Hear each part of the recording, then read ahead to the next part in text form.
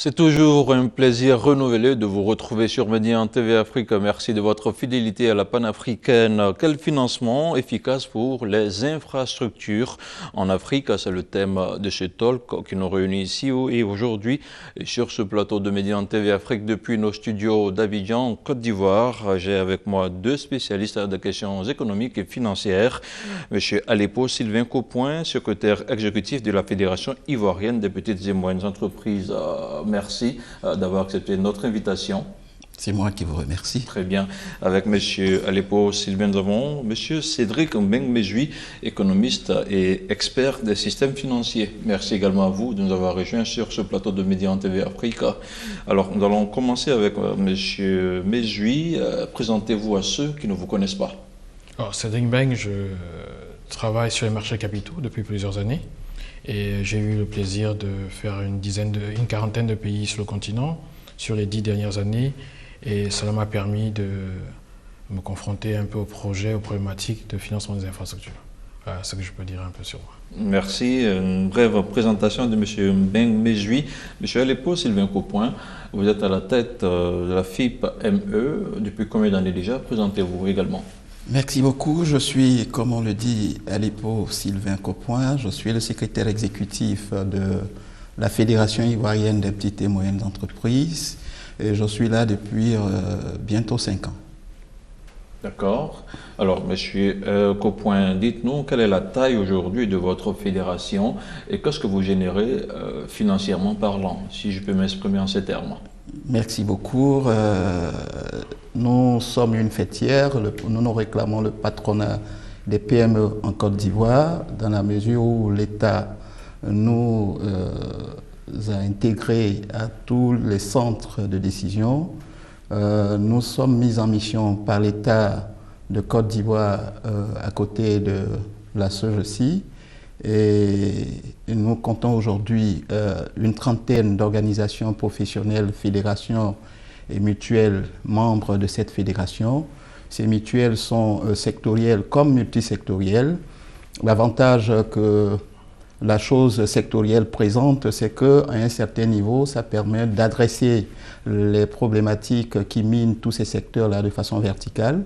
Et nous, la position transversale de la fédération nous permet de voir quels sont les problèmes que ces organisations ne peuvent pas régler et à un certain niveau, nous adressons à qui de droit ces différents problèmes et nous essayons, dans la mesure du possible, dans la mission qui est la nôtre, celle d'accompagner notre État au développement, de consolider les PME dans leur ensemble et de voir comment ce tissu-là puisse être beaucoup plus productif qu'aujourd'hui. En termes de contribution, dira-t-on, nous sommes entre 18 et 20% au niveau du PIB. La question majeure, c'est que d'ici, comme le diraient les uns et les autres, comment nous allons doubler ces questions-là pour que, de façon objective, les PME puissent jouer leur rôle, puisqu'elles constituent pratiquement 85 à 90% du tissu des entreprises.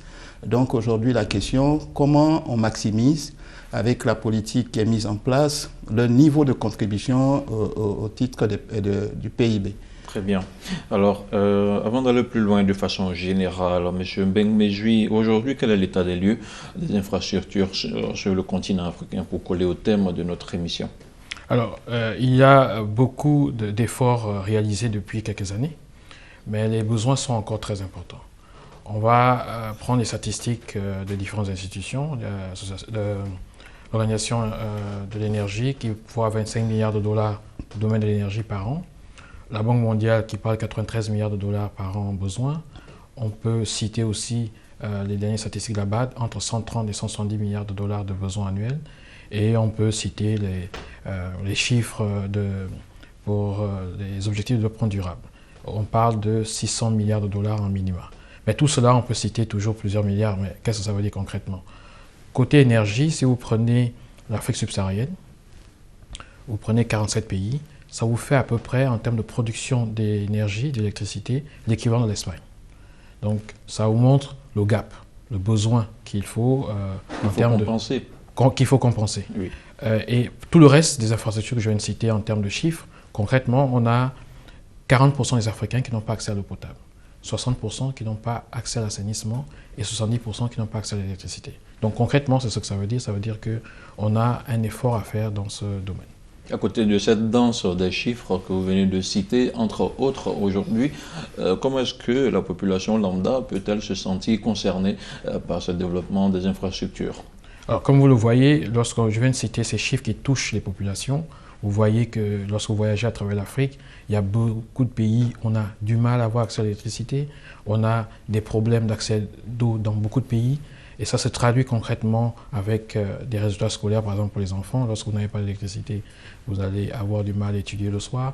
Lorsque vous n'avez pas d'eau, cela touche que ce soit les questions de santé, que ce soit les questions de vie au quotidien. Donc tout cela, les populations le vivent et le savent mieux que nous de ce manque criard d'infrastructures sur le continent. Sur le plan macro, c'est au moins 2 points de PIB pour l'ensemble de l'Afrique. C'est toujours une moyenne, mais il y a des pays où c'est encore plus important que dans d'autres. Alors, M. Caupoin, vous, en tant qu'acteur du domaine des PME, quel rôle des infrastructures dans la performance des économies africaines aujourd'hui? Je voudrais vous dire merci. Le facteur infrastructure est un critère d'investissement, un critère à tous les niveaux, parce que c'est un critère attractif d'investissement. Et le principe des infrastructures, à la limite, est un élément majeur de tous les programmes de développement. Donc, vous comprenez que tout de suite, à tous les niveaux, comme M. Mbengue vient de le dire, la question des infrastructures est véritablement importante. Nous, à notre niveau, c'est que au niveau des PME, déjà que nous réfléchissons au développement des PME. Tout à fait.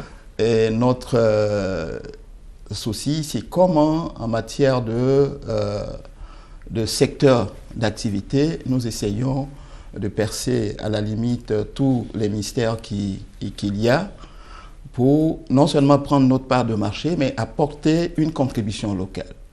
Et le problème, c'est qu'il y a aussi la question de la technologie qui est très importante. Peut-être dira-t-on, comme on en a l'habitude, de demander à l'extérieur de venir nous donner un coup de main. Donc pour dire que ces critères-là soient... D'abord, il est un critère important et sans infrastructure, le développement serait véritablement difficile à amorcer. Mais faut-il continuer à se développer toujours en faisant appel à l'aide extérieure? Non, pas forcément. Pas forcément. Il y a peut-être un calcul à faire. Peut-être qu'à certains niveaux, on peut toujours faire appel à l'aide extérieure. Mais le principe voudrait que si vous voulez vous développer, il faut que vous fassiez l'inventaire des possibilités que vous avez. Parce qu'il y a ça aussi qu'il faut pouvoir comprendre. Parce que c'est peut-être à partir du potentiel que vous avez que vous pouvez peut-être, après un inventaire objectif, vous allez chercher le complément ailleurs. Vous voyez, c'est vrai qu'on ne peut pas vivre en autarcie, se refermer sur nous et puis estimer que nous amorçons un développement, parce que la question des échanges de technologies est très importante. Il faut que vous pouvez peut-être mettre une politique de développement en place, mais aujourd'hui, quand vous vous inscrivez dans la question des ODD, Objectifs de développement durable, oui. Vous comprenez que vous ne pouvez plus, en termes restreints, définir une politique de développement. Donc, toutes ces questions-là vous demandent un conformisme international qui vous impose d'avoir un schéma qui s'inscrit dans le temps. Donc, quand on revient à la question des infrastructures, pour que nous puissions nous inscrire dans un développement durable, nous sommes obligés, à des moments donnés, de faire appel à des appuis extérieurs. Mais moi, je ne suis pas trop pour les appuis tout azimut. Il faut que nous-mêmes, nous essayions, dans la mesure du possible. En tant que PME nationale, de faire des efforts pour pouvoir... Oui, faire des efforts. Et, dans tous les cas, nous avons nos États qui, en principe, ont les leviers de la politique économique à mettre en place. Et donc, faire des leviers suppose que nous avons faire l'inventaire des potentialités économiques que nous avons. Et c'est à partir de ce moment-là que, de façon objective, nous sommes supposés aller chercher, comme je le disais tantôt, le complément en matière d'investissement. Très bien. Alors, le développement des infrastructures fiables et durables joue un rôle prépondérant dans les efforts de développement du continent africain, on le sait, et la réduction de la pauvreté de façon durable. Mais comment peut-on s'en rendre compte de façon perceptible? On se rend compte parce que, comme on venait d'expliquer, si vous avez le classement des pays qui ont une meilleure performance au niveau des infrastructures, vous voyez aussi les résultats au niveau économique. Mais cela se vérifie chaque jour. Si vous êtes entrepreneur, comme monsieur, lorsque vous avez l'électricité moins chère, vous avez un réseau routier qui est fiable, vous voyez l'impact sur les coûts lorsque vous travaillez. Pour revenir sur son intervention, il est important, lorsqu'un pays définit son programme de développement des infrastructures, d'avoir la participation des PME locales et leur donner Même des quand on incitations. sait qu'elles sont faibles par moment. Justement, il faut encourager les joint ventures avec les grands groupes qui arrivent pour qu'il y ait un transfert d'expertise, pour qu'aujourd'hui, si on arrive à faire des routes, une autoroute grâce à une multinationale et que les PME ont participé à cette activité, au bout de 2 ou 3 autoroutes, on ait la capacité interne de le faire. Tous les pays qui sont transformés ont fait cela. Il ne faut pas, pendant 20-30 ans, pour les mêmes infrastructures, on fasse venir une expertise extérieure. Il faut aussi compter sur la diaspora. La diaspora, qui a une expertise pointue sur ces questions-là, devrait rejoindre un peu tout ce tissu, ce travail qui est fait au niveau local pour qu'on ait un bond en avant en travaillant tous ensemble. Voilà, c'est ce qui est important, c'est-à-dire la question des infrastructures, elle est pluridisciplinaire. La question du financement et aussi la question de l'expertise. Et la question de l'expertise, il faut des transferts entre les générations, il faut des transferts avec la diaspora, il faut aussi des transferts avec les multinationales qui viennent pour travailler sur certains projets. Mais tout ceci ne ramène-t-il pas à la question de la bonne gouvernance quand on arrive à réunir tous ces fonds, tous ces financements, et qu'après on assiste à des crises incessantes sur le continent, dans différents pays africains? Comment est-ce qu'on peut associer tout cela? Alors, question de bonne gouvernance, elle est toujours là. Si vous voulez financer de manière optimale vos infrastructures, il faut une lisibilité et une crédibilité de la politique économique. Lorsqu'on parle d'infrastructure, on parle de 20-30 ans. Personne ne viendra investir dans votre pays s'il n'y a aucune visibilité sur 10, 20, 30 ans. Parce que les infrastructures, effectivement, il y a une longue période de préparation qui demande à ce qu'il y ait une confiance dans la politique qui est faite au niveau gouvernementale. Donc, la question de la bonne gouvernance est là, mais toujours pareil, comment on qualifie la bonne gouvernance, il faut faire attention avec les objectifs, les indicateurs que nous avons l'habitude d'utiliser. Cela n'est pas forcément en ligne. La bonne gouvernance, c'est qu'il y a lisibilité et crédibilité. Alors, M. Caupoin, comment est-ce que les petites et moyennes entreprises que vous représentez ici en Côte d'Ivoire sont-elles associées à la recherche de financement pour développer les infrastructures? Alors, c'est la question majeure qui se pose parce qu'à travers votre préoccupation, nous avons tout de suite la question de financement de nos PME qui s'affiche. Aujourd'hui, certes, l'État est en train de faire des efforts, mais la question reste encore entière et c'est important. Est-ce que vous êtes en train de dire que vous n'êtes pas du tout associé? Mais si, nous sommes associés dans la mesure où je vous ai dit tantôt que l'État, nous sommes l'interlocuteur au niveau des PME dans la politique économique de l'État, donc nous sommes associés. Mais à la hauteur de vos espérances? Oui, à la hauteur de nos espérances. Dans tous les cas, si nous voulons un schéma de développement qui soit un schéma qui s'inscrit dans le temps et qui soit un schéma de développement durable, nous sommes obligés d'être beaucoup plus exigeants.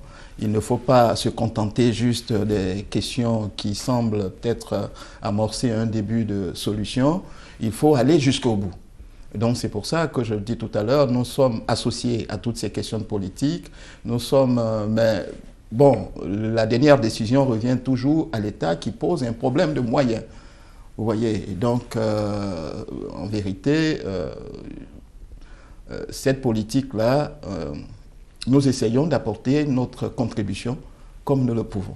Justement, au niveau des PME, comment est-ce que vous êtes associés au développement et le financement des infrastructures? Alors, le financement des PME, je le disais tantôt, est une question majeure. Nous, au niveau de la fédération, nous avons à un certain niveau pris le taureau par les cornes, appelons ça ainsi. Nous avons créé une mutuelle de financement, de crédit et de financement des PME avec l'appui de la Banque mondiale. Et ça, c'était au lendemain des différentes crises que nous avions connues, puisque toutes nos PME avaient été pratiquement sinistrées. Il fallait qu'à un certain niveau faire renaître le tissu des PME, le tissu économique. Donc, au niveau de notre contribution, nous avons estimé que il fallait que la Banque mondiale nous appuie. Effectivement, elle nous a appuyés. C'était une expérience qui était une expérience particulière, puisque c'était la première fois où, de façon directe, la Banque mondiale investissait dans le secteur privé. Dira-t-on, les gens n'ont jamais eu confiance à notre secteur privé, mais nous leur avons démontré une fois de plus qu'on peut toujours faire confiance aux acteurs du secteur privé de par leur sérieux. Donc nous avons monté cette mutuelle qui fait son petit bonhomme de chemin pour racheter un certain nombre de créances au niveau de l'État, au moment où l'État avait du mal à faire face aux différentes factures des contribuables. Donc, nous avons racheté les crédits, trouvé le système qu'il fallait pour rendre un peu liquide ces entreprises et leur donner la possibilité d'avoir des emprunts pour continuer leur activité. Donc, de cette façon, nous avons sauvé une bonne partie de ces PME, l'économie locale. Oui. Bon, nous continuons de le faire puisque la mutuelle existe encore, elle fonctionne bel et bien, donc nous continuons de le faire. Très bien. Alors, M. Mbeng Méjoui, aujourd'hui, quels sont les critères de base qui prévalent au moment du financement et comment jauger de la nécessité d'accorder un financement quand on sait que le principe, comme je le disais tantôt, de la bonne gouvernance n'est pas forcément ancré dans nos habitudes sur le continent? Je ne dirais pas ça. Je pense qu'on ne peut pas... C'est le constat qu'on fait. Je pense qu'il y a beaucoup d'efforts sur le continent. Et les si on regarde les indices, l'indice Mo Ibrahim, on voit qu'aujourd'hui, il y a eu beaucoup d'avancées au niveau de la bonne gouvernance et qu'aujourd'hui, plus de 60% des Africains vivent dans des pays où la gouvernance a été améliorée. Mais pour revenir sur la question des infrastructures, il faut distinguer les types d'infrastructures. On peut déjà regarder ce qu'on appelle les projets Greenfield, donc des projets nouveaux, on commence à zéro, et des projets matures, des projets Brownfield. Déjà, pour ces deux types de projets, il y a une autre manière de les aborder. Ensuite, dans les infrastructures, il faut distinguer les infrastructures qu'on appelle sociales et les infrastructures économiques. On va appeler infrastructures économiques des infrastructures qui vont être marchandes, qui vont rapporter de l'argent. Par exemple, l'autoroute HKB, c'est une infrastructure économique parce qu'elle rapporte de l'argent. Un hôpital, c'est important. Un dispensaire, c'est très important. Mais on va l'appeler infrastructure sociale parce que financièrement, elle ne va pas rapporter de l'argent. Donc, on fait cette distinction. Lorsque vous faites les différents types en termes de maturité et d'objectifs, vous allez structurer vos financements en tenant compte de ces atouts-là. Vous n'allez pas mettre le privé de la même manière dans une infrastructure sociale comme vous allez le mettre au privé dans une infrastructure économique. Si aujourd'hui on regarde le financement des infrastructures en Afrique, vous avez 42% qui sont financés par les États, la contribution des États, environ 26 milliards. Les derniers chiffres de 2016, c'est 62,5 milliards qui ont été décaissés pour les infrastructures. Les États représentent 42%. Ensuite vient l'Asie qui apporte de l'aide, donc des financements autour de 16%. Vous avez les banques multilatérales, BAD essentiellement et Banque mondiale, 15%. Vous avez les pays européens, 10%. Vous avez à peu près 9% la coordination arabe. Et le secteur privé ne vous apporte que 4%. Donc vous voyez que le secteur privé est celui qui contribue le moins à cette enveloppe de financement des infrastructures sur le continent. Avec ça, monsieur? Oui, mais il faut comprendre pourquoi. Ça montre que la question que vous posez sur, je ne dirais pas la bonne gouvernance, je parlerai du climat des affaires globalement, est un frein qui va réellement mettre une barrière au niveau du secteur privé pour participer. Mais il y a aussi la question de la structuration. Comment on fait le montage financier et à quel moment on fait rentrer le secteur privé. L'État doit jouer un rôle, mais à quel niveau? Donc lorsque je viens de montrer ces différentes étapes, vous rentrez dans la structuration elle-même, le projet au début, phase de démarrage du projet, phase de construction, phase d'exploitation. Comment vous dosez la participation des PME et des différents intervenants dans le financement des projets. Tout cela, c'est cela l'ingénierie financière, c'est l'ingénierie de projet, pour comprendre comment on peut faire intégrer les PME locales dans le financement du projet. Mais si cela n'est pas bien structuré, n'est pas bien planifié, on va demander aux PME locales de participer lorsque elles ne peuvent pas. Je prends la phase de démarrage, c'est des phases qui sont excessivement risquées, mais les capitaux dont on a besoin ne sont pas très élevés. Demander à une PME locale de participer à ce niveau, ça va être difficile. Par contre, lorsqu'on a atteint la phase de construction avec un constructeur bien expérimenté et qu'on approche la phase d'exploitation, on intègre maintenant des PME locales, même dans la phase de construction, parce que vous avez une grosse infrastructure et il y a différents projets dedans. Il y a des activités qui peuvent être gérées par des PME locales et des ouvrages plus importants qui peuvent être gérés par des compagnies qui ont plus d'expérience. Donc c'est ce mélange-là qu'il faut savoir faire, ce dosage entre la participation des locaux, l'apprentissage dans le cycle de projet qui est très important. Alors, à vous écouter, sinon bon nombre d'infrastructures ont été réalisées sur le continent africain, mais que faut-il réellement pour développer l'Afrique? Beaucoup de choses. Alors, déjà, on vient de parler de ce qui est fait. On parle de 62 milliards qui ont été décaissés en 2016. Mais les besoins, c'est entre 130 et 170. Donc, on a un gap de 100 milliards à peu près, entre 60 et 100 milliards. Si vous avez 100 milliards de dollars à trouver chaque année pour les infrastructures, vous savez que le gros problème, il est au niveau des financements. Il faut construire donc des bases d'investisseurs, il faut développer l'épargne locale, il faut avoir des mécanismes aussi qui permettent de rassurer des investisseurs étrangers qui peuvent venir pour financer sur le long terme, 10, 20, 30 ans, pour participer au financement de ces infrastructures. Alors, M. Kopoin, comment peut-on renforcer le rôle des marchés financiers sur le continent afin de combler le déficit justement en infrastructure? Mais comme l'a dit M. Mbeng, je pense que la question de la structuration est une question majeure parce que dans cette question de structuration revient de définir la place des PME locales. Alors, renforcer ce financement suppose que dans un premier temps, il y a la volonté politique qui, en principe, devrait pouvoir guider au contrôle de ces choses. Parce que, qu'on le veuille ou pas, dans nos pays, l'État constitue le premier pourvoyeur de marché. Et la question, comme le disait M. Mbeng tout à l'heure, c'est vrai, certes, le secteur privé dans nos pays a une contribution qui est assez faible, ce qui est une réalité. Mais comment on relève cette contribution-là pour que, de façon effective, le secteur privé puisse s'approprier cette économie, dans la mesure où tout le monde est convaincu que ce secteur privé est le seul secteur qui est le premier pourvoyeur de richesse dans tout pays. Comment on capitalise cela pour qu'en accompagnant au niveau de la volonté politique ce secteur privé pour qu'il soit beaucoup plus productif.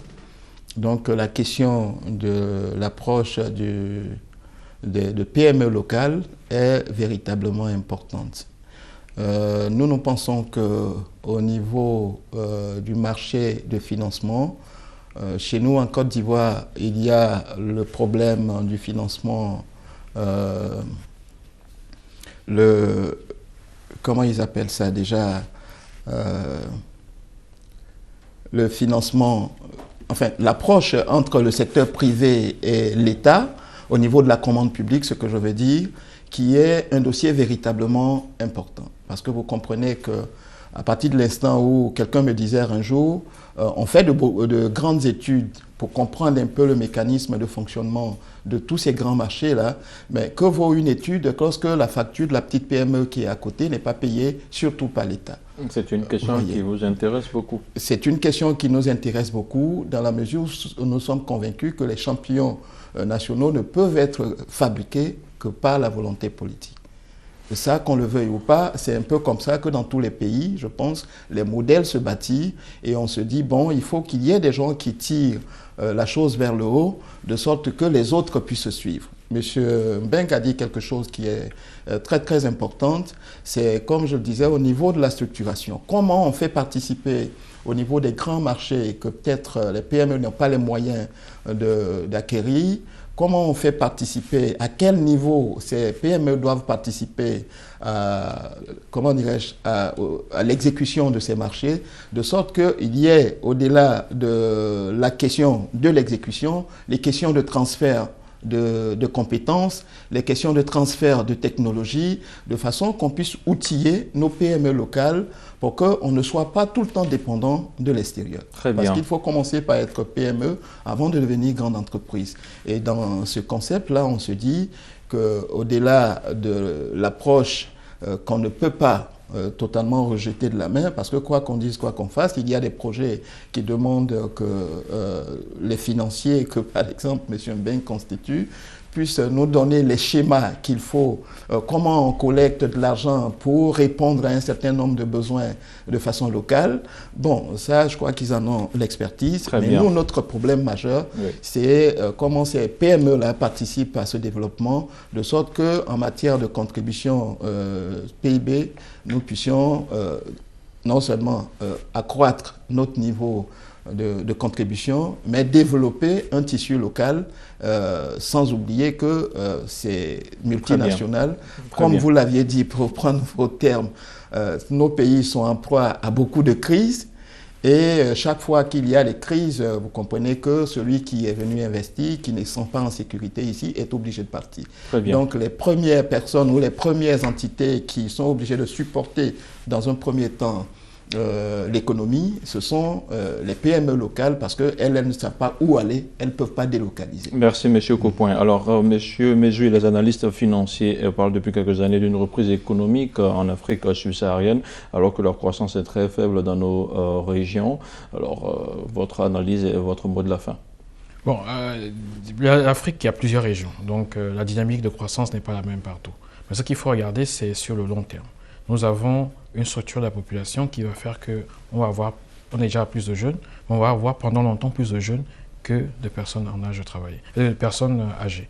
Cela nous donne la capacité d'absorber et de mobiliser du capital pour travailler et aussi de mobiliser de l'épargne. Donc en termes de perspective, la croissance potentielle sur le continent, elle est vraiment sur de bonnes perspectives, comparée aux autres régions, parce que l'Europe va vieillir, l'Asie va vieillir. Le Japon, aujourd'hui, l'âge en tête, c'est 80. Et vous avez, d'ici 2050, un tiers des Japonais qui ne seront plus là. Et donc, vous avez ces mouvements dans les autres régions du monde, dont l'avenir est sur notre continent. Mais pour revenir rapidement à ce que le tissu des PME est important, parce que ce sont eux qui créent des emplois. Et très souvent, lorsque on regarde la gestion des finances publiques, on oublie très souvent de payer les PME. Alors que ce sont ces PME-là qui créent des emplois, qui payent des impôts. Il faut soutenir les PME et faire en sorte qu'elles portent la croissance endogène de nos États. Très bien. Merci, M. Mbeng Mesui, économiste et expert des systèmes financiers. Merci d'avoir été avec nous. M. Aleppo, Sylvain Caupoin, merci également à vous d'avoir été sur ce plateau. Vous êtes le secrétaire exécutif de la Fédération ivoirienne des petites et moyennes entreprises de Côte d'Ivoire. Voilà qui referme ce numéro du Talk consacré à l'économie, sinon au financement des infrastructures sur le continent africain. Merci et à très bientôt.